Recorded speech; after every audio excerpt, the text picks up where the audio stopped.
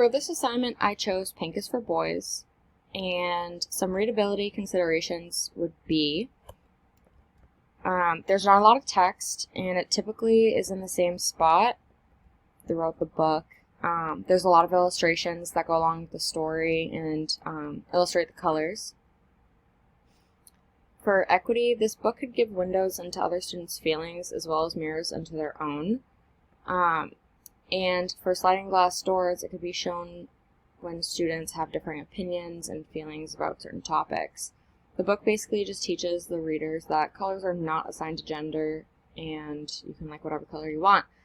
So for a lesson, I would start out class by asking my students what their favorite color was.